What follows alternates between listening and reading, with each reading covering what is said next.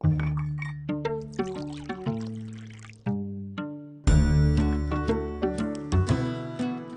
welcome you to Conversations and Coffee today.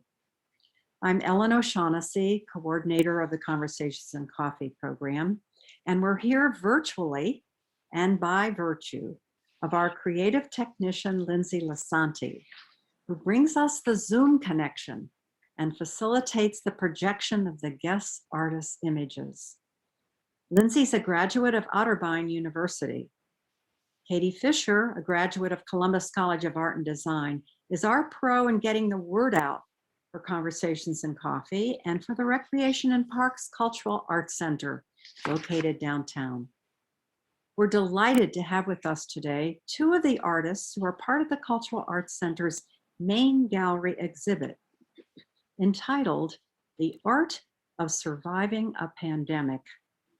Leticia Vazquez Smith and Jamie Ceasar are our artists today in our Conversations and Coffee, sharing with a number of others.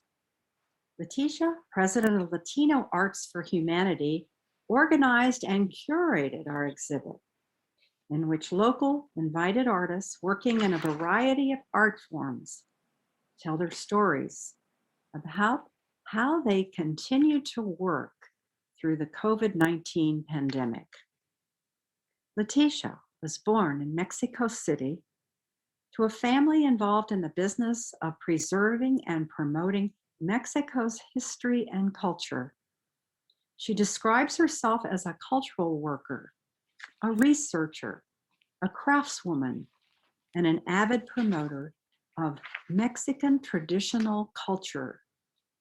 Leticia is president of the Latino Arts for Humanity and has curated the annual Day of the Dead program at various locations in Columbus since 1999, and in the last 5 years hosted the event at Green Lawn Cemetery. Leticia owns Azteca Catering, a traditional Mexican food company that produces artisan recipes from central and southern Mexico. Leticia grew up around her grandmother. I love it how she says this, who taught her family recipes and many handcrafts. She came to the United States as an exchange student with the Columbus International Program and eventually made Columbus her home. We are blessed. In 2001, Leticia participated in Latino Migration Stories, an oral history project of the Ohio Historical Society. This project became a successful traveling exhibit and eventually led to the creation with other local artists of the Latino Arts for Humanity. Leticia has always loved folk art and explored different areas in the past, from folklore dance, food, celebration. She shares, I love cartonaria, the art form that has multiple aspects and be very delicate and strong at the same time. When you see her art, you can feel that tension, that beauty. She took classes in Mexico City and continues to learn this art form every day. And Leticia, I trust you'll tell us about the beautiful and inspiring work of the exhibit and how it inspired you to find peace through the pandemic. The big iguana story, I love it. It's a delight telling us through the goddess sun to keep happy no matter what. Jamie Ceasar, a film photographer, was born and raised in Columbus. Jamie shares that he started his journey back to film 3 years ago, inspired by great film shooters like Gordon Parks and Helen Levitt, as well as newer film talents like Andre Wagner and Rita Harper. Jamie Ceasar enjoys the thrill of street photography, but his love for the streets doesn't limit his creativity. His body of work also includes abstract, documentary, landscape, and portraiture photography as well. The process of film photography, as in bringing an image to life, adds to his love for the art. Jamie was one of the award winners for the Art Unites Columbus grant, brought together by the Greater Columbus Arts Council. The reward focused on the Black Lives Matter movement and the fight for injustice through art in Columbus. Jamie had photographs on display at the Schumacher Gallery, the Capital University, showcasing civil rights from January to April of this year. And Jamie, you shared in your art statement for surviving the pandemic that in the lockdown, it gave you time to focus on your photography, walk around and capture the stillness of Columbus. I love those images as I saw in the gallery. And they brought a kind of contemplative mood into this city.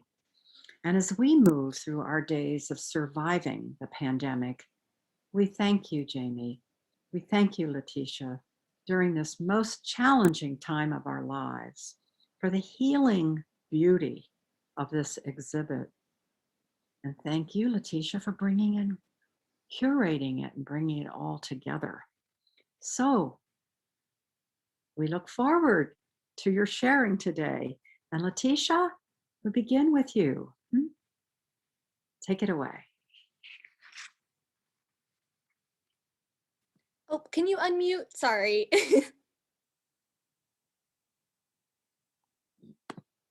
Leticia, did you unmute? Huh? There you go. I'm sorry. I say good morning and thank you for having me, or good afternoon. Yes, so the whole thing happened that, when you do art, sometimes you are so accustomed to go together and to get together and to go to different places, network with the artists, and go and see different exhibitions, shows, and open shows and collective exhibitions. And it's just a lot of networking within the artist community. And I think that is how people get inspired to do more things. Or even if you haven't started doing art, you go and show up, say, to the urban scroll, and you see all these amazing people doing good things, and you like, oh, I always want to do this, I should try. So during the pandemic, I think it was that lack of having that interaction. Everybody feel a little bit captured in their houses. And for me, it was a time that my family, my husband and my kids, we planned to move to Cancun last year. So that was our goal. And so we accomplished that. Like we are part of our time in Cancun and part in Ohio, here in Ohio.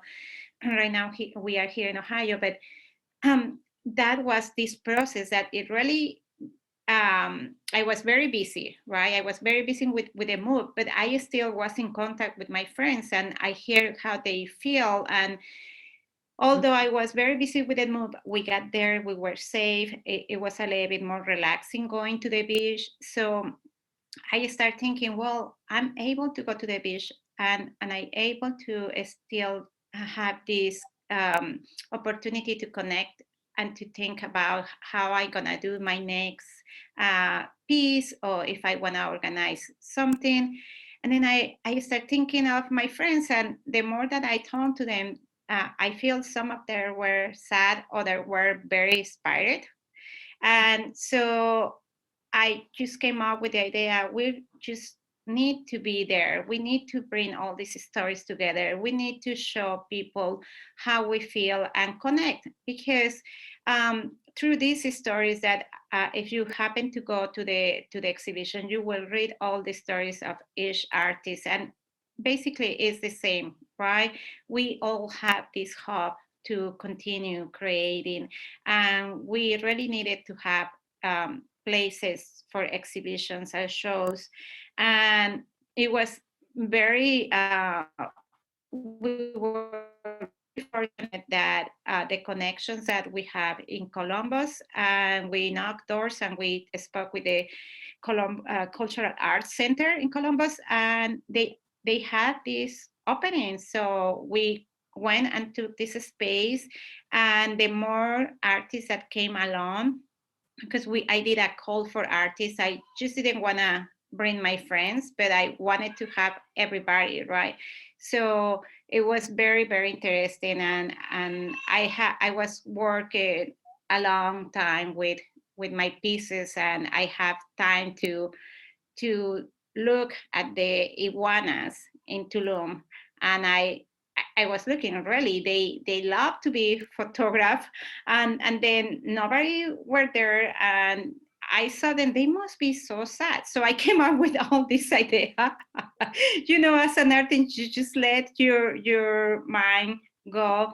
And because I really love the cartoneria, right? The cartoneria, if you let me share a little bit of Yeah. the history of the cartoneria, is so it really, the paper was brought to Mexico with the Spaniard people, but before that we have something that was made with the bark of the trees, and also with the cactus, the maguey. And so that's how particularly the Aztecs and the Mayans made some kind of paper where they draw, and paint images, and all the codices were made of that. And that's how the Spaniards also knew about the history of them and how they were evolving. But when the Spaniards came, they abolished this paper, because everything that it has, like, in the Aztec culture, everything has some spiritual meaning, but it's not like a religious, like the religions that we know these days, but more spiritual, that relationship with the nature. So everything was connected with the nature, and that was the way of living.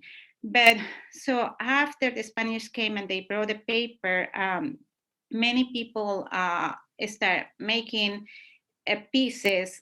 Instead doing clay, they were starting making pieces with layer by layer of paper. And the glue, this particular glue is used with flour. Before, it was made also with the kind of watery stickiness of the maguey. So but so it's flour and water, and so is, we made this glue, and everything is very much recyclable these days. But back there it was this kind of gluey and the paper, so it was very easy to make, starting from piñatas to very big puppets. And everything had also some kind of relationship with the religion, the Catholic religion, because that was how they were allowed to express themselves, right? So after the revolution and all these things, there was one particular woman called Carmen Caballero, and she will build all these beautiful diablitos, the ones that you can see in Diego Rivera's and Frida Kahlo's houses these days. And so that's what it really caught my attention, because if you touch those pieces, you can feel the hands and the fingers of people that were working the piece, almost with the clay, right? When you do like something that is kind of not very polished, but more like you can feel the hand. That's what I really love.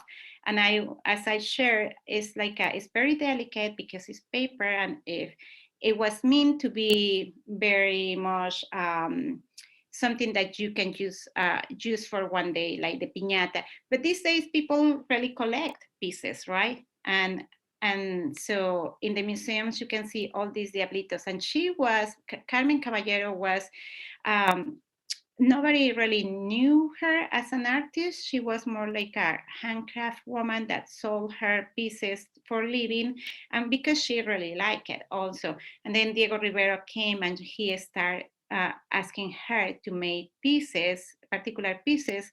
And that's the technique that I really like. Later on, Let's He's see your work. the whole, So eager to see your work. yeah, Love it. Yeah, yeah, Lindsay, let's yeah. those images forth.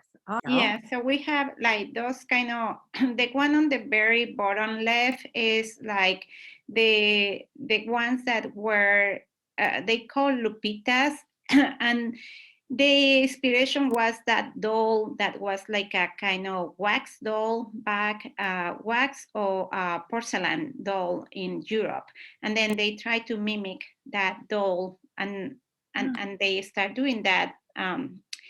Probably in the 1900s.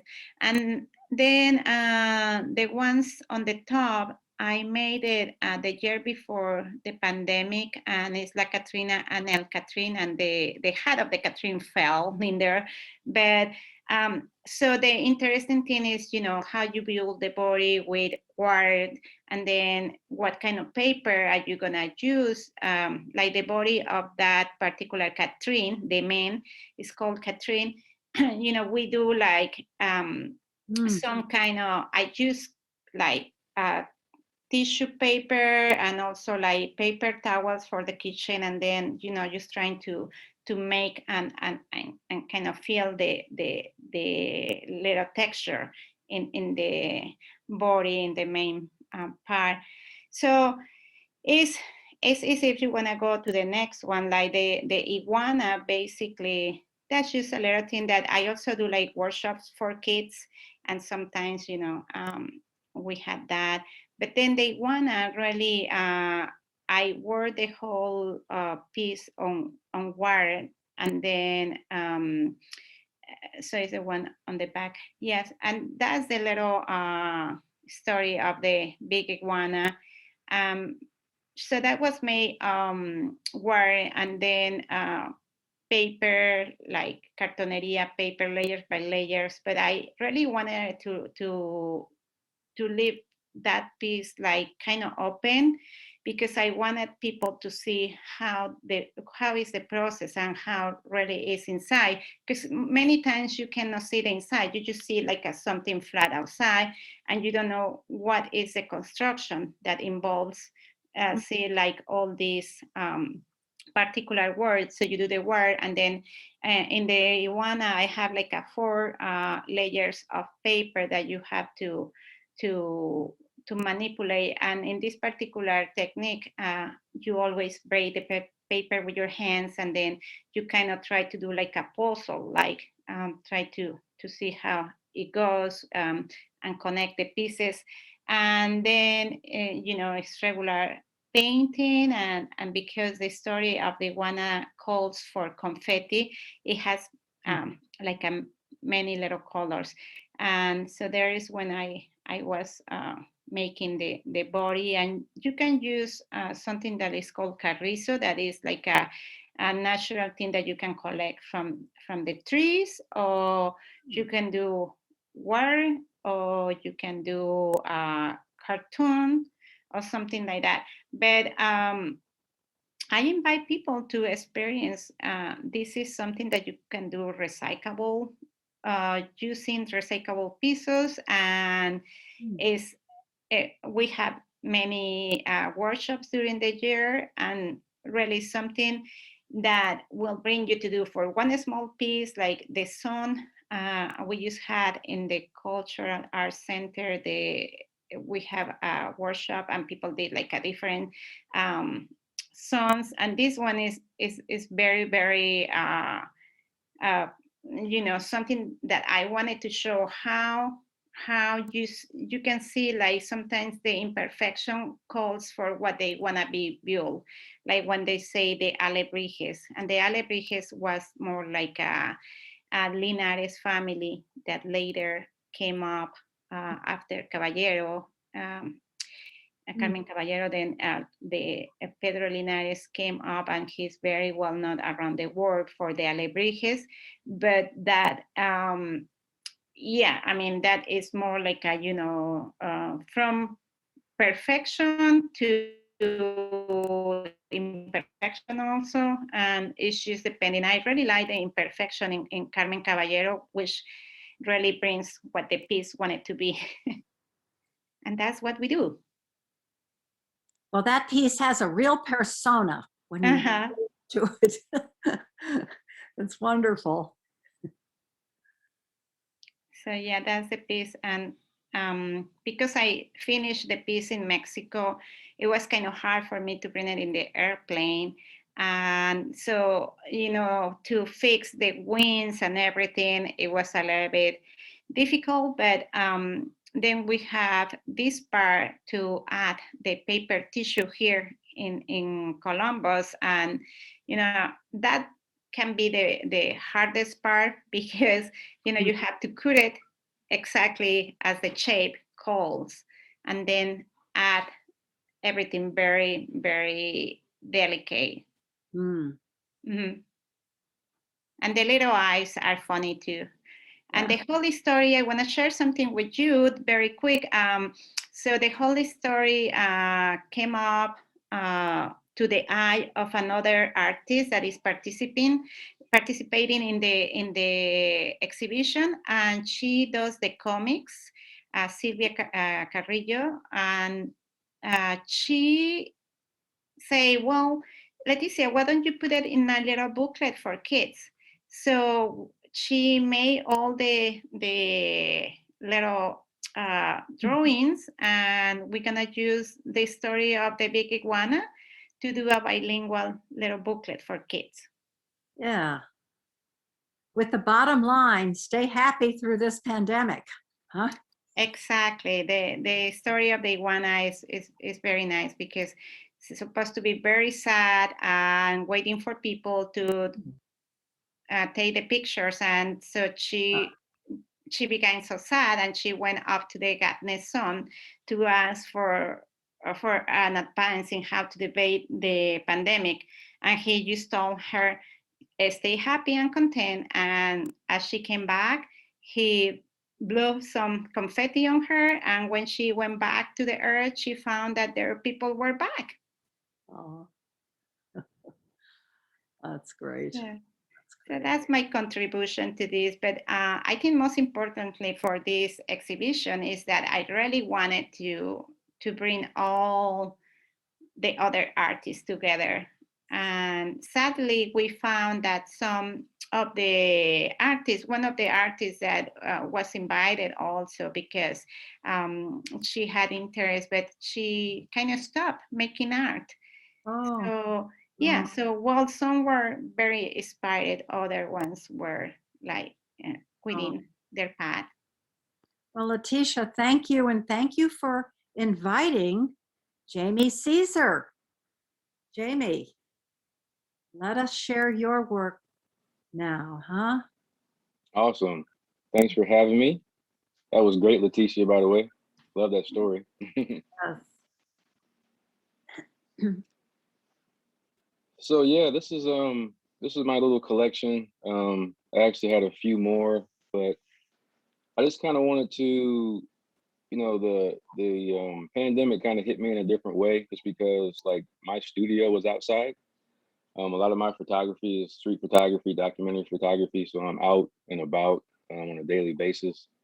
And when everything kind of hit and we started to go into lockdown, there was a period of time where I didn't know what I was going to do. I said, I don't know if I should be outside. I don't know if I should, Mm.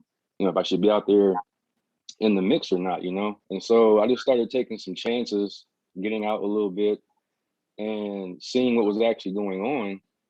And I just knew like, I felt like this needed to be documented, like this needed to be shown, maybe a year later or 6 months later that what we actually went through and how it impacted our city, for the most part. Mm. Um, and yeah, so I grabbed my camera. I went to a lot of familiar spots that I've gone through where they're usually pretty populated with people. And in some cases, you see little tumbleweeds blowing by, and you're like, "What is going on around here?" But it was very impactful. It inspired me in a different way. Not so much just to capture life in motion, but also the stillness. I feel like that's also impactful to kind of see how life can be kind of turned upside down, and um, you have to kind of break from what your norms. Mhm. Mm. So I think the first photo I have on here is actually one of my favorite ones. I was actually driving by and I saw this little child's toy in this kind of field, and it just kind of reminded me, I had all these thoughts going on about, lockdown, the pandemic, how it was affecting the world, and it just kind of gave me a sense like of kind of the fear that was going on. And I felt like people were like hurried, not knowing what to do. Like, let me hurry up and get inside and get away from whatever's going on out here. And you leave these things behind, and it's like, wow, like these. I just imagine like someone like trying to get in the house as soon as they could, 'cause they didn't know what was going on in the world, and leaving this child's toy behind. Um, and so yeah, I really love that image. Just kind of how um, it's just all by itself. I mean, it was literally all by itself in that field, and I said, wow, like what happened here? Like, how did this get left here? Um, and so yeah, I really love that one. And I have the next one here. And this one was pretty interesting too. Like going to a park that's normally teeming with people, and I finally started to see like some of the coronavirus messages that were being put up. That's kind of a way I knew it was real. Like it was really getting out there. And there was this message on this the playground, just talking about helping to limit the spread of coronavirus. And there was nobody at play. There were nobody on the swings. There was no kids around. Um, and so yeah, I just wanted to capture that as well. Just kind of show those signs aren't there anymore. But I remember seeing that and saying, "Wow, this like, we're really going through something." When in the time span of like the pandemic did you shoot these? So most of these are early on. So the one with the child's toy is a little later. That was kind of like in maybe in August. This one was early on, like April, May-ish. They got the signs out pretty quick. Like March, I was kind of sitting there wondering what I should, what I should do, if I should get out there, taking little drives around town or whatever the case may be. But yeah, they got the signs out pretty quick, and it was pretty ghost town like pretty early on in the year. So the next one actually, this is kind of when I really had the realization of what we were going through, because this is Scioto the Mile. You may notice it from like the bridge over there, and there's usually dog walkers, runners, bikers, people sunbathing, whatever the case may be. There's usually people always in this area here, and there was nothing. And I remember thinking, wow, this is absolutely insane. And so yeah, I actually love this photo just because of the stillness of it. It's a place that if you go now, it's not gonna look like this. I've been by there several times since, and we're pretty much getting back to normal, which is really good. But it's just a good indication of how things were, what we were going through at that time. And the next one we have should be the tennis ball. Now this shot, surprisingly, the tennis ball was already there in that exact spot, like not staged anything. And it was kind of along the lines of the child's toy, where it made me wonder like was somebody here playing and just left the ball here? Like just it was just so many thoughts going through my head about how this could have happened. But yeah, the ball was just laying there, so I knew people were at play at some point in time. Out here playing tennis at some point in time, enjoying their life, and then the things we left behind. Trying to get through something that we weren't used to experiencing. And the last one is over at that was Goodale Park. This is over at Schiller Park, and the Umbrella Girl, which I've shot many times. This is actually in the fall too. You can see the falling leaves. But even still, like even as we were going on, I felt like even caring for certain things were kind of at a halt too. Like there were so many leaves inside the fountain there, and it's kind of looked everything was just kind of dead. People were still taking it easy. So yeah, I don't know, the stillness, the emptiness. I've actually seen some other photographers who captured that as well, because it's not something that we typically see. Going through the short north, which is a place I frequent because it's it's kind of a happening area. here in Columbus. Just like driving through and seeing everything shut down was just, was just definitely something I wasn't used to. So let me get my camera out and let me capture this. And so now, like I said, we transitioned back into, things happening, people getting out more, masks are going away and whatnot. So there's a lot more events popping up and things like that.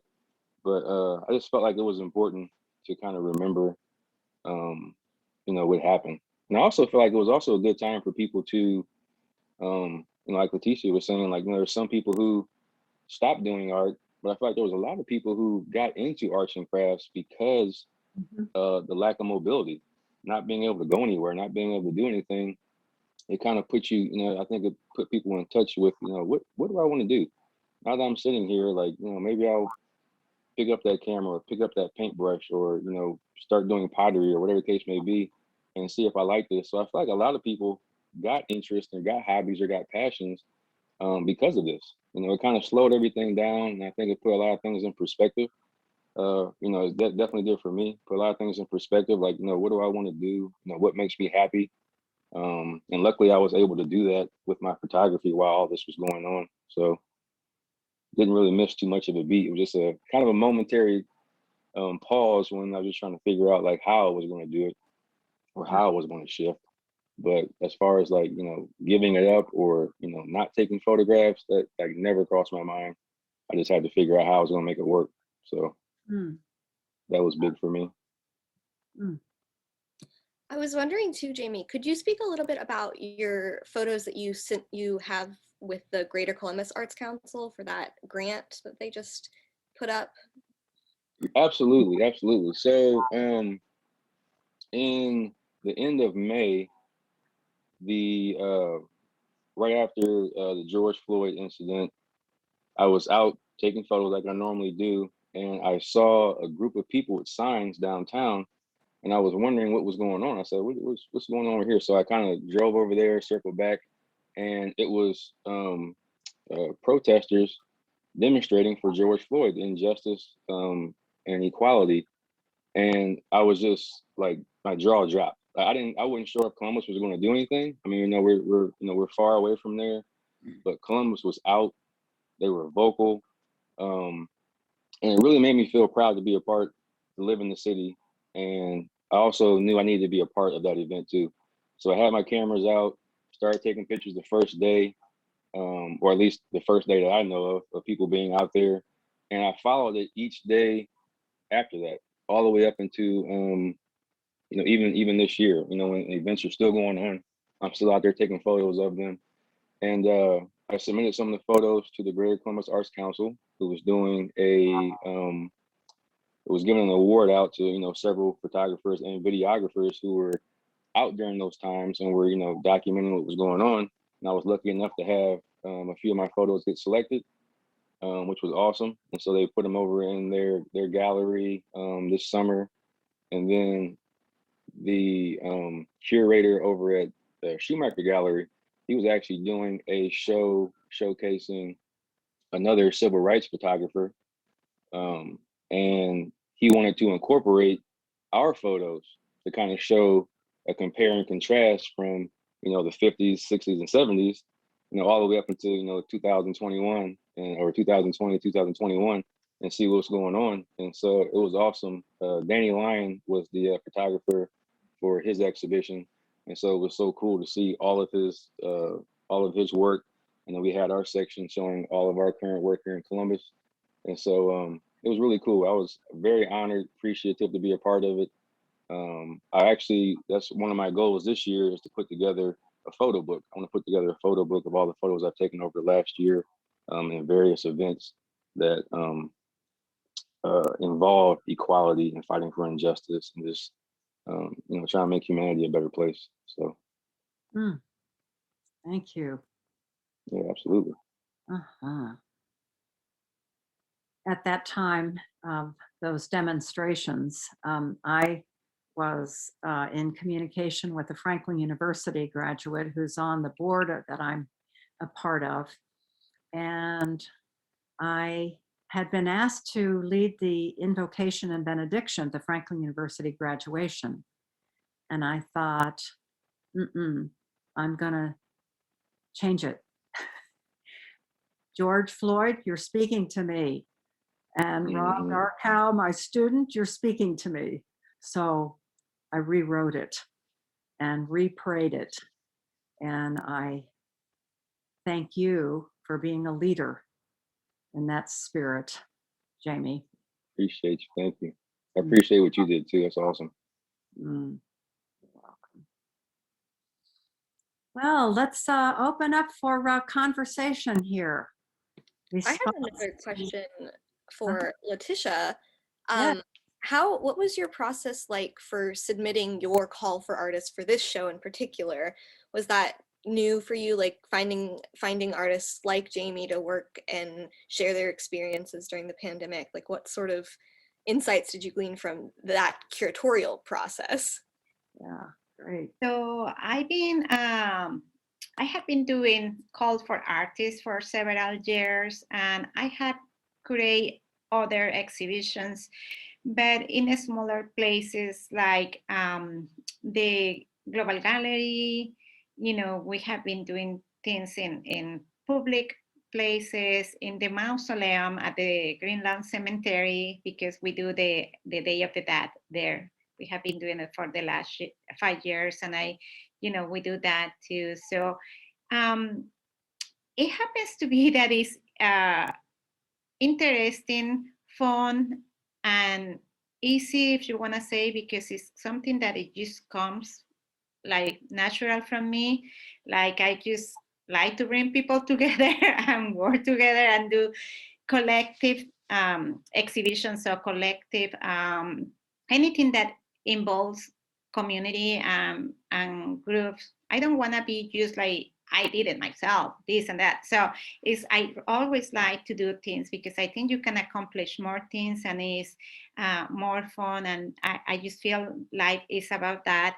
So it just came natural. And so what I did for this particular exhibition, I have an idea, right? And then I have to put that idea in a proposal, what I want to do, and then make like I start calling people. In the past, I also was fortunate to have the Greater Columbus Art Council to give me a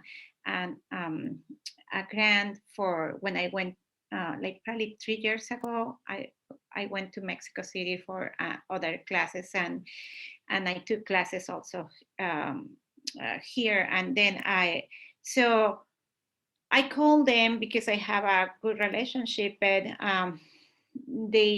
with the pandemic, everything was really closed. Like, and for other places, you have to connect maybe 2-3 years in advance if you want to do an exhibition. And all the galleries, like the one for the Cultural Arts Center, is they really schedule everything ahead of time. So I had this connection with them because they help us also. They have been helping us for many years, letting us use their easels when we do exhibitions in the mausoleum or other places. So, and I have done some workshops there. So I used to, I have to contact them, and the only thing that they can just say no, and I keep knocking doors, right? So I connect with them, and they tell me, we schedule in advance, this and that. And then suddenly they reply to me within days, and they say, we have canceled this because of the pandemic, and people can't really do this. We have this space open. And I like, can I have it? Can we have this? So, and then when they say yes, is when, and the days and everything is when, I had to work very fast, because that was probably in February or something like that. And then, so I start putting everything together, building the call for artists, working with them. Katie over there in the Cultural Arts Center is amazing, and she helped me a lot. So we made this happen. We sent the call for artists, and it was was very well accepted. We have a lot of people sending, and everything is amazing. What you see there, like, I mean, for me, it's just I'm so happy because I feel like we express, like we all the artists express what we had to express and share at that moment. We really needed to have a show for this, and it was just beautiful that this could happen. And especially when I saw Jamie Caesar's his pictures, photographies, I was just like, wow, this is what I feel. I mean, this is what it really means. You know, this is what is happening, and this is part of the history, and we really need to show this and share this with the people. And I'm pretty sure he wants to be seen. And so yeah, every time that I was getting different artists work, I was more amazed. And so it came out very well done. I'm very happy because we have artists that are great in there. And yeah, so that was the process. Yes, that's great. Yeah. Yeah. Well, you call us to joy. We're grateful for that. Thank you. Thank you. You were mentioning your grandmother and your mother and the influence of art in your life. And I'm noticing just as the color is so much a part of what you're wearing, the painting behind you, the wonderful work in the exhibit. But tell us about that, how color is so much a part of your art. Well, that's one thing, you know, in Mexico, and I think that was one of the needs to try to move to Mexico. Um, Everything is color, right? In Mexico, like people are very about colors. When I moved to the States, it was more like you know, black and white and khaki, and so I was almost like, oh, maybe I have too many colors. But yeah, I think that's part of life. And just as you walk into a market, uh, and you see, you know, all the fruits, all the vegetables, and everything is color. And then when you go to a market in Mexico City, where I'm from, you will see piñatas hanging, or you know, things like, but everything is just like a party, but an exhibition of different things. And I hope Jamie have an opportunity to go to these markets, because it's really like, you know, you want to capture every single part. And that is also, those colors and the smells are very part of my life. When I was younger, when I was in what is after elementary school here, Middle school. middle school in Mexico is secundaria.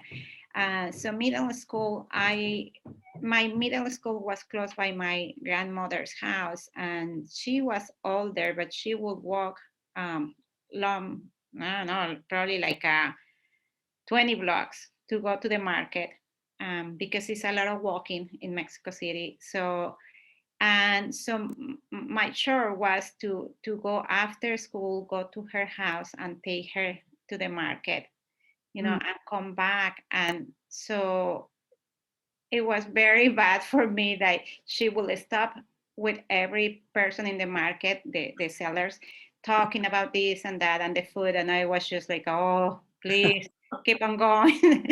But then you find the beauty, right? Because the smells, I love cilantro. And I always tell my husband, why they don't do like a cilantro perfume? I will wear a cilantro perfume. But it's just like all these smells and the food, and it's very connected. My grandmother will make beautiful dishes because they were beautiful and flavorful and delicious. But so yeah, she passed that on to my mom, and my mom to me. But I remember looking at my grandmother and trying to get the recipes, and she was very particular. She didn't want want to give the secrets away. And so now that I have all these opportunities to share about the cooking in Mexico, in the beginning I was like, oh, should I keep this recipe out? Oh, my mother will be very, angry. But now I find that is a beauty also, because she's gone. My mom is alive, but when I'm gone, who is gonna know these recipes? So I just share the recipes, and I'm planning to put all together for a little booklet for people to see all these recipes. But yeah, Wonderful. it's a nice influence. So as I say, I'm all about foodways, folklore, dance, music, everything. That's how I grew up. My father was a tourist guide in Mexico City. Ah, So he was very involved with history. And I think I couldn't wait to grow up out of my house to see outside and see what was there. yeah, And then I that's great. was even backpacking in Europe in my 20s. So yeah, I Ah, just think it's beautiful to wander in the good way, wander outside, and that's how we get all this inspiration, I think. true. Well, Absolutely. Leticia and Jamie, what do you see as we are moving through this pandemic into a new way of life that we're being told in different sources that it'll never be the same? What newness? Jamie, what do you see? What are you? Um, yeah, I kind of like I was saying earlier. I know, Leticia spoke about the artist who isn't doing art anymore, which is unfortunate. But I do feel like I was saying earlier, I think last year like really kind of spurred something in a lot of people. And I have talked to several friends and coworkers and this other photographers who got inspired, to maybe do something else with their life. Either they were off work or maybe their work was shut down for a little bit, or whatever the case may be. And so, like I said, it allowed them to really pick up some things. So I think, like going forward, I think, well, hopefully, I'm hoping that people um, really try to find that special thing in their life. Whether it's a hobby or a passion or whatever the case may be. I think we'll probably see a lot more people shifting to the arts, which I'm hoping, which I love to see. I love seeing people create things. There's so many talented people out there, and some people don't even know they're talented because they haven't had a chance to try new things. And I Mhm. think last year it did give people a chance to try some things, and they were probably really surprised at how good they were and how much happiness it brought them. And Mm. so hopefully, as we move forward, that continues. People kind of learn to stop and smell the roses, as to speak, and try to figure out what's going on, what brings them joy, what brings them happiness, And so, and I'm gonna keep doing it. So, Good. We're grateful. Leticia, what do you think? What new hope do you Yeah, see? I am a mix it. Well, I think, I see a lot of things. I definitely see that people have wake up, what we call it, like a lot of people have wake up and they have been moved out of their comfort zone. Mhm. So people are more, I think they had this introspective time to think about what I really want to do. And I hope everybody had that time to think about, Yeah. what really matters in life. Mhm. I think many people that had been working for a very low wage, that they say that the Ohio is the worst in the country, and I see a lot of people talking about these wages, this and that, but I think people really are looking for more, and more meanings, more what is out there in the real meaning of living. And I see a lot of people, yeah, they want to go back to school, and maybe some people will want to do arts. And in our community, I see people, as I say, that they sold or they selling all their artwork, and they moving, and they very I know this particular person, and she knows who I'm talking about. And I'm very sad that she's selling off her artwork, and she's moving to a different thing in her life. And I totally respect those big moves, because there is a lot probably in every single person, and every single person knows why they do things. But for some people is sad, but there is something, there is the pandemic really came and made the effect, right? So now people are gonna really be doing different things. And in the other side, I know other people that are working with other materials, and they creating new things, and they just get so they have this inspiration, and they just have this happiness as they wanna to continue alive. And particularly myself, I'm so thankful that none of our family got sick. And I have just one sister-in-law that she was contagious with the virus, and she, is fine now. And so uh, we are so fortunate that we keep ourselves healthy, and just hoping for the best. With this, I think I just became more strong, and I know that while we were apart, these Zoom meetings brought us together, right? And then we can keep working. But still, I think it's good to keep it just for the meetings. And I really, what I tell my 8-year-old is like, stay away for the evil. Don't stay too much in the computer. Well, thank you. Thank you both.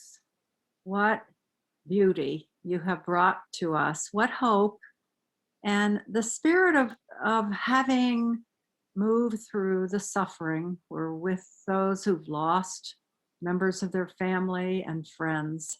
But in that suffering, we're trusting in the joy that will be part of our ongoing and new life. And we thank you both for calling us to that through the gifts that you have in your art.